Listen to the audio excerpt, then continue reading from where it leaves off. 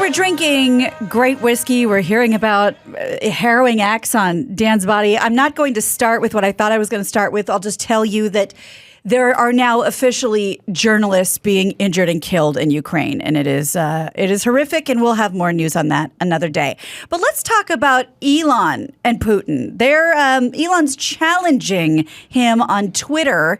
The Tesla CEO and SpaceX founder Elon Musk wrote to his 77 million Twitter followers on Monday that he's challenging Vladimir Putin to single combat and wagering Ukraine.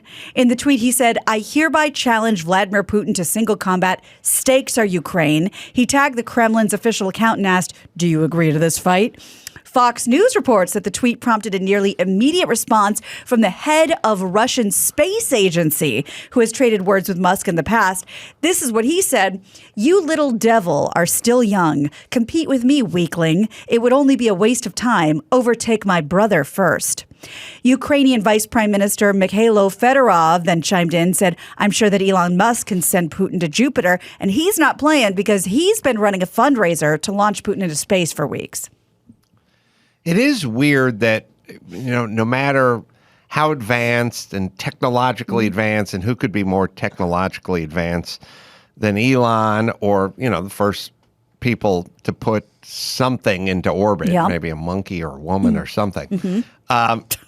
It still kind of comes down to some weird baseline. A duel at dawn.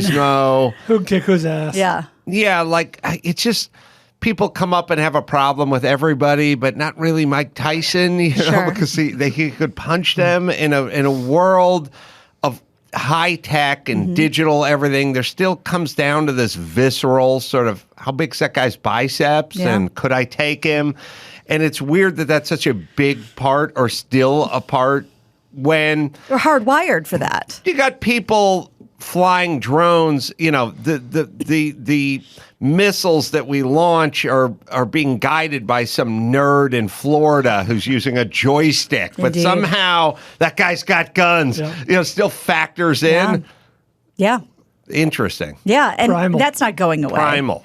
I would wager to say you don't want that to go away. Well, my feeling, as I always say, is the more backward your nation is, the more primal you are. Like, think about how you treat women, how you treat gays, how your thoughts about transgender or whatever the progressive. So it's like the worse you are as a nation, the more primal you are, the more you're affected by the Barack Obama. That guy's 150 pounds. I could kick his ass. Like, he doesn't care what kind of army or arsenal or anything he's on top of. This weird primal thing. Can I kick that guy's ass? And unfortunately, it's like when we used to do, like, we're going to invade Iraq, and they're like, they shall feel the sword of Allah upon their neck. It's like, no, they won't. Yep.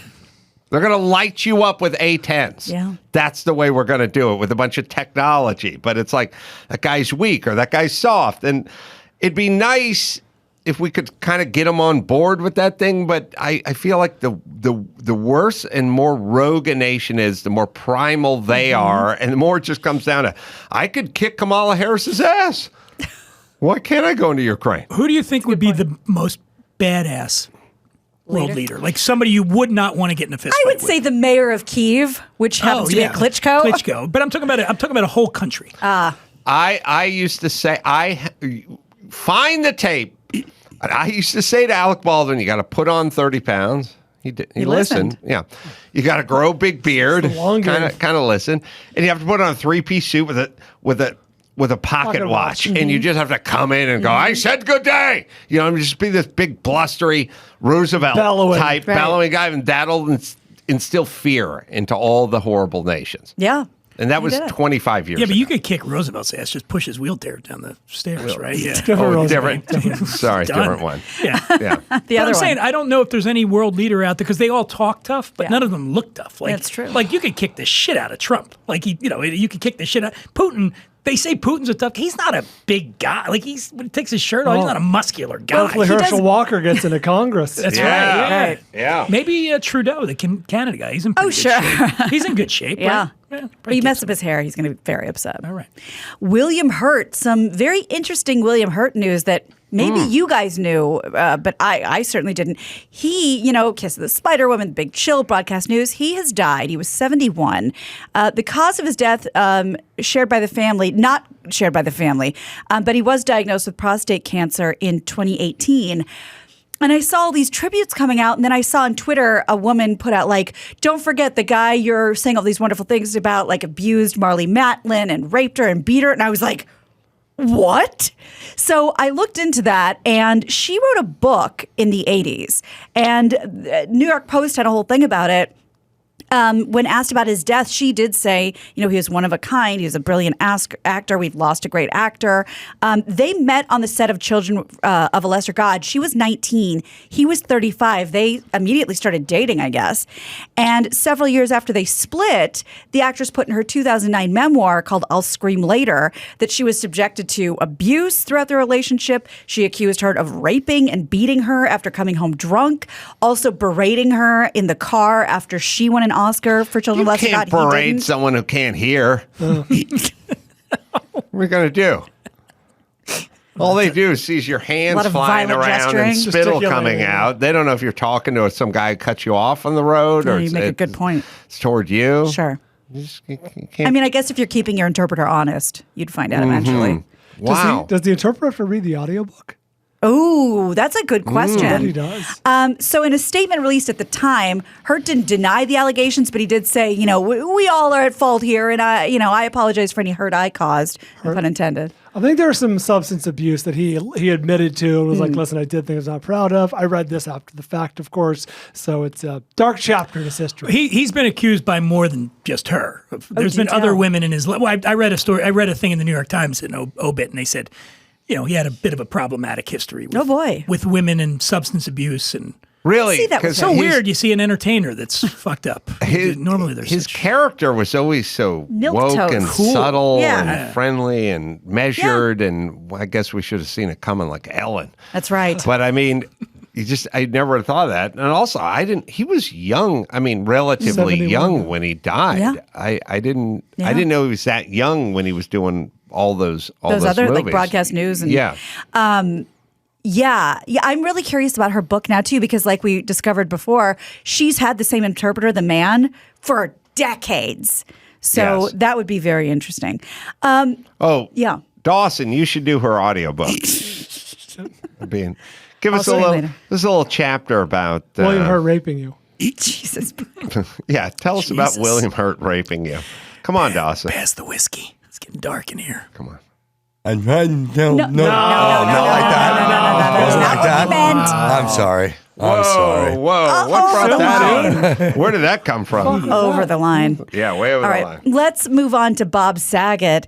A Florida judge has ordered the records and photos related to his death to be permanently blocked from the public. The actor and comedian's family filed this lawsuit last month asking the court to block the records, saying the release of this information would cause them to suffer irreparable harm in the form of extreme mental pain, anguish, emotional distress. The family acted quickly after some media outlets started requesting photos and other information gathered in the investigation because, again, it's still kind of weird and confusing and opaque. He was found dead in his hotel room in Orlando in January. Death was determined to be an accident. No alcohol, drugs in his system. Still real weird, but if whatever comes out will go directly to the family, which I get. Well, the part of it that's weird is, that was, he hit his head.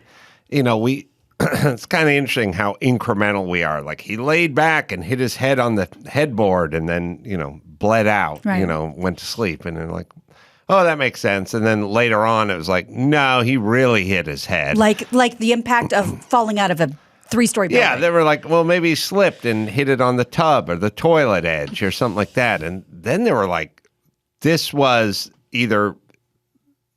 consistent to the coroners with being hit by a baseball bat or being thrown out of a 2 or 3-story building. And you go, how could one slip in one's hotel room and do that? Mm-hmm. And now we're all kind of in this suspicious, whatever, who'd want to put a hit on Bob Saget. So now, then they go we're not going to release the thing, and then we all go into another strata of suspicious conspiracy, whatever. Something tells me if the coroner report does come out that it was, for lack of a better way to say it, on the up and up, that the family would probably release that information. Yeah, my thing about like Epstein and the cameras weren't working and he killed himself in the prison cell. I'm like, maybe there's something there, but I don't think Bob Saget had a Lolita Express or Sex Island or not that we ever heard. No, nothing. And no diary. Why would the public have any right to see the photos anyway? Or like if the family's got an issue, if the family's, you would think the first concern would be with the family. They're going to follow every lead to find out what happened to the guy. And from everything I've read, they seem okay with the way the cause of death has been reported. That's the thing. I think you're right. So fuck off, public. You don't get to see pictures of Bob Saget dead. Yeah. Come on. I'm okay with. No, I agree. And it fucks people up because remember several years ago, Demi Moore's assistant was calling the 911 call. And the 911 calls are public, and I don't think they should be public because she was like, "Well, what did she take? Some stuff. Advil. She's foam's coming out of her mouth, and they're like, you can't. You know this is going to be public. The assistant is on the phone. They want to say she snorted fentanyl. What do we have to do? Yeah. But you're not getting the information to the paramedics at this point. Because you're worried about it getting damaged. Right. There. Yeah. Yes. All right. One more, Gina. Oh, right. Speaking of that, I'm gonna post a picture of my late skin tag on my Instagram because I think people want to know what it looks like now. Now that it's put it next to a quarter. Yeah. Can I be family and say the family wishes that you keep this private? I want you to know what happens to a skin tag when it fucks with you for too long. Okay, it becomes this shriveled up little black thing. It looks like a raisin. It's like a raisin. It's kind of like a tiny raisin. Okay, let's end this on a happy note, shall we? It turns out that Dolly Parton agrees with Adam and many people when it comes to which genres should be involved in the Rock and Roll Hall of Fame. This has to be, and there's been a lot, the most tweeted story with my name tagged to it that's ever existed. You Deadline said tag. Skin tag to it.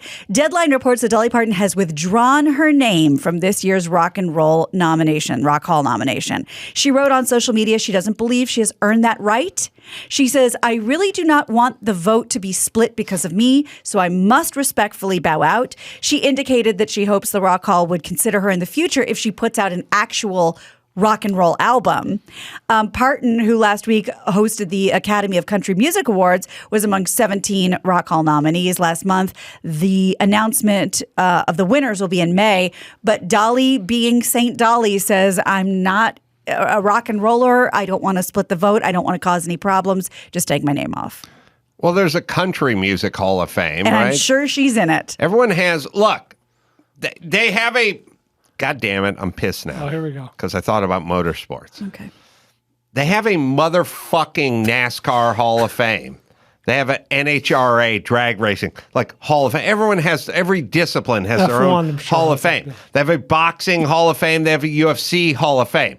You don't get to fucking show up with your F1 car and go, I should be in the NASCAR Hall of Fame. No, you shouldn't. You go find your own fucking Hall of Fame. It's not just everything Hall of Fame. It's not one size fits all Hall of Fame. Sugar Ray Leonard is not in the UFC Boxing Hall of Fame, and Tito Ortiz is not in the Boxing Hall of Fame. You have a category. Huh? That's it. Stay in your fucking lane. Two Live Crew shouldn't be in the Rock and Roll Hall of Fame or whoever the fucking Kraftwerk or whatever bullshit country thing or rap thing. It's fucking called the Rock and Roll goddamn Hall of Fame. What if they changed the name? Music Hall of Fame. What if they just said the Popular Music Hall of Fame? Would you be okay with it? Then fine, let Devo in. But Devo's not a rock and roll band, and they have no fucking business in anyone's Hall of Fame. The fucking nerd can't get laid Hall of Fame. Maybe. Incel Hall of Fame. Yeah, they'd be a Chris, top of the ballot. Well, just to bring your point home. Or then Devo gets to get into the Country Hall of Fame. Sure. Or Two Live Crew should get into the Country. Cool and the Gang should be in the Country. No, it's the Country Hall of Fame, you assholes. Is Two Live Crew in the Rock and Roll Hall of Fame? They may have been nominated at some point. Get out of well, here. let me tell you who is nominated this year. Tribe Called Quest, Not a rock and roll. Love them, but they're not rock and roll. Pat Benatar, who you've been rooting for a while, Good. Kate Bush, Devo, No, not really. Duran Devo. Duran, Yeah. yeah. Okay. Eminem, Eminem, not rock and roll. Eurythmics, Ugh. Fela Kuti, Don't know who that is. Judas Priest, MC5, I felt a cootie between my balls and my ass, and did I tell you about this? the I'm New sorry. York Dolls, Rage Against the New Machine. York Dolls. Ugh. All right, Light- Rage Against the Machine. Okay. rock and roll. They're Lionel Richie, No. two more, Carly Simon, No. and Dionne Warwick. Dionne Warwick.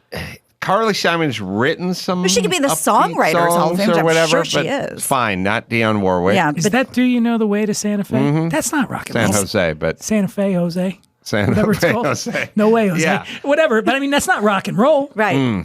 That's easy listening. Yeah. Something. Yeah. Yeah. Easy listening Hall of Fame. Dionne Warwick. Lionel And- Richie. Lionel Rich. Hello. Hello.